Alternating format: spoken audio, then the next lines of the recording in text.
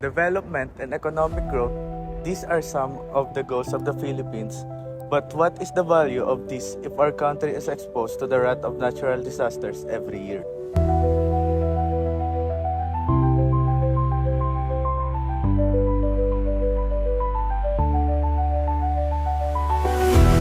Infrastructure, adaptation, and disasters has more connections than one. While it is unavoidable to counter disasters, it is high time to progress with our infrastructures and have a solid and effective planning and adaptation for this country to thrive and advance. Have you taken your interest yet? Join us as we delve into these topics and know how it can be part of our nation's progression.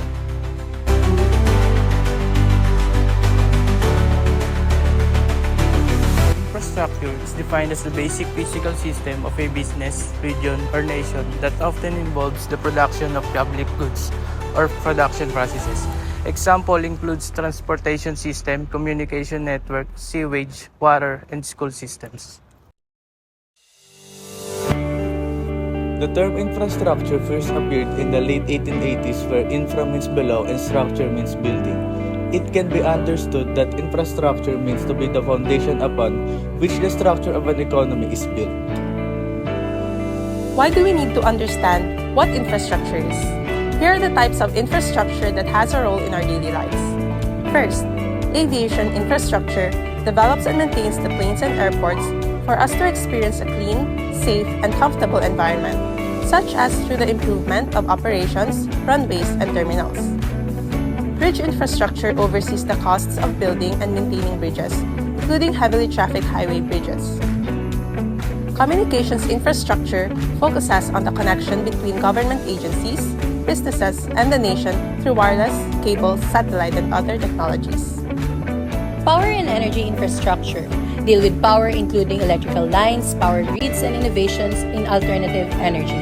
Railroad infrastructure innovates and safeguards trains, subway, and light rail system, which includes the track layout, steel supplies, bridges, and tunnels. Road infrastructure builds new streets and fixes streets, roads, and highway system for mass transit that grant greater transportation access to communities. Water infrastructure ensures the continuation of a steady, clean, and filtered water, such as reduce the number of leaks by monitoring, repairing the system, the water facilities in use. Hazardous waste management fight and dispose hazardous materials to protect the environment. Solid and hazardous waste byproducts such as sewage, remnants, and other industrial leftover are transported to designed landfills, while tanks, drip pads, and incinerators are used to treat, recycle, and dispose of the materials. Recreation infrastructure are created for public use, like parks, playgrounds, beaches, and picnic areas for the public to eat. But wait, did you know that infrastructures can be hard or soft? Hard infrastructure refers to the physical and tangible infrastructure. Roadways, power lines, dams, you name it. Soft infrastructure, while less tangible, is just as critical to the success of a culture, of a nation. Healthcare, education, law, soft infrastructure that serve solid systems that keeps societies running. Aren't you curious about how infrastructure is maintained and founded? It generally depends on who owns it. If it is by private companies and organizations, the infrastructure is a private construction project, while having the government own it makes it a public infrastructure construction project. Public-private partnerships, or PPPs, are also possible through partnerships or arrangements between two or more private organizations and the public sector. Speaking of public and private infrastructure, it has their advantages and disadvantages. Some would be the rise in the economy's job rate by employing people and that households are ensured a better quality of opportunities. However, corruption is highly likely to occur. The allocated money might not be used entirely for the project, but is channeled between the agencies that participate in the project, leading to an outcome of standard quality. The delivery of a service is what matters, regardless of the quality. Infrastructure is basically the backbone of thriving economies and communities. It drives job creation, enhances accessibility, and promotes sustainable development. In the Philippines, for instance, we experience heavily traffic roads daily. We have Department of Public Works and Highways that creates strategies to improve this. Some of their ongoing projects includes the construction of expressway, connectors, roads, and interlink buildings. The aim is to modernize the country's infrastructure backbone, to sustain rapid growth, attract investments, and spread economic opportunities for all Filipinos.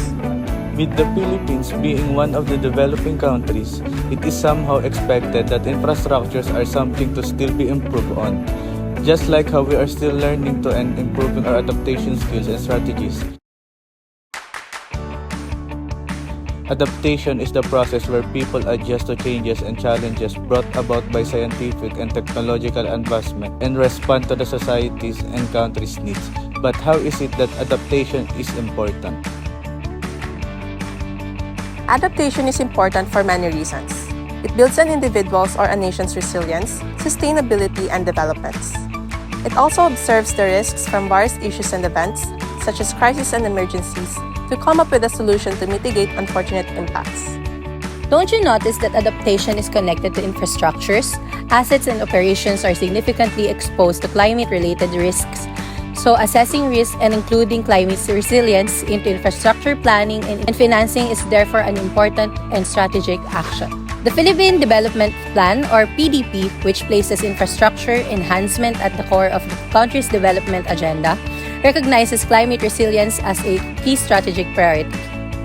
Resilient infrastructure is an indispensable foundation for achieving sustainable development. It serves as the first line of defense against shock and disaster. Those who are responsible for building resilient infrastructure need to analyze data to weigh risk of potential natural disaster. Based on their geographic location, consider which agricultural improvements will be most beneficial in their community, and organize a budget and timeline for implementing said improvements. Disaster has been mentioned a lot of times now, and it is because Philippines has one of the highest exposures to natural disasters in the world and widely recognized that global climate change is exacerbating the natural hazards that threaten the country. Everybody talks about climate change and its effects. However, very little work has been done on this one. Impacts, such as those that come in the form of stronger and more frequent typhoons, are intensifying due to natural hazards in many areas of the Philippines, already prone to the multiple disasters because of their location on both the typhoon path and earthquake and volcanic belt, as well as it being in the northwestern Pacific Basin. The country experiences an average of 20 cyclones per year within its area of responsibility and with approximately 8 making a landfall. Given the increasing vulnerability of many communities, the need for disaster risk reduction and climate change adaptation has become more urgent. It will not only save lives but also protect assets and livelihoods. Understanding infrastructure resilience is critical as it leads to achieving sustainable development. The Philippine government has developed strong coping mechanisms over their long history of experience with disasters. Yet significant gaps remain in disaster management capacities across different regions of the Philippines, and surprisingly, a few data are available referencing local levels of disaster resilience and preparedness. On May 27, 2010, the Republic Act 10121 or the Philippine Disaster Risk Reduction and Management or PDRRM Act was passed into law and paves the way for the need to adopt a disaster risk reduction and management approach. This is a holistic, comprehensive, integrated, and proactive is lessening the socio-economic and environment impact of disaster, including climate change, and promotes the involvement and participation of all sectors and all stakeholders concerned at all levels, especially the local community. The Act provides for the development of policies, plans, and implementation of action and measures pertaining to all aspects of disaster risk reduction and management, including good governance, risk assessments, and early warning, knowledge building, and awareness raising, reducing underlying risk factors, and preparedness for effective response and early recovery. To advance resilient infrastructure, the following are options that the government can take an action upon is: Number 1, adopting global standards and approaches that integrate resilience into infrastructure, planning, management, and financing. Second one is ensuring accurate measurement and monitoring of the exposure and vulnerability of infrastructure systems. Number 3 is allocating sufficient budgetary resources to disaster risk reduction measures. And the last one is identifying a pipeline of resilient infrastructure projects. Philippines, a developing country, can build the necessary competitiveness-related infrastructure that is resilient to the impacts of climate change, foster sustainable development, and improves the resilience of communities for future disasters.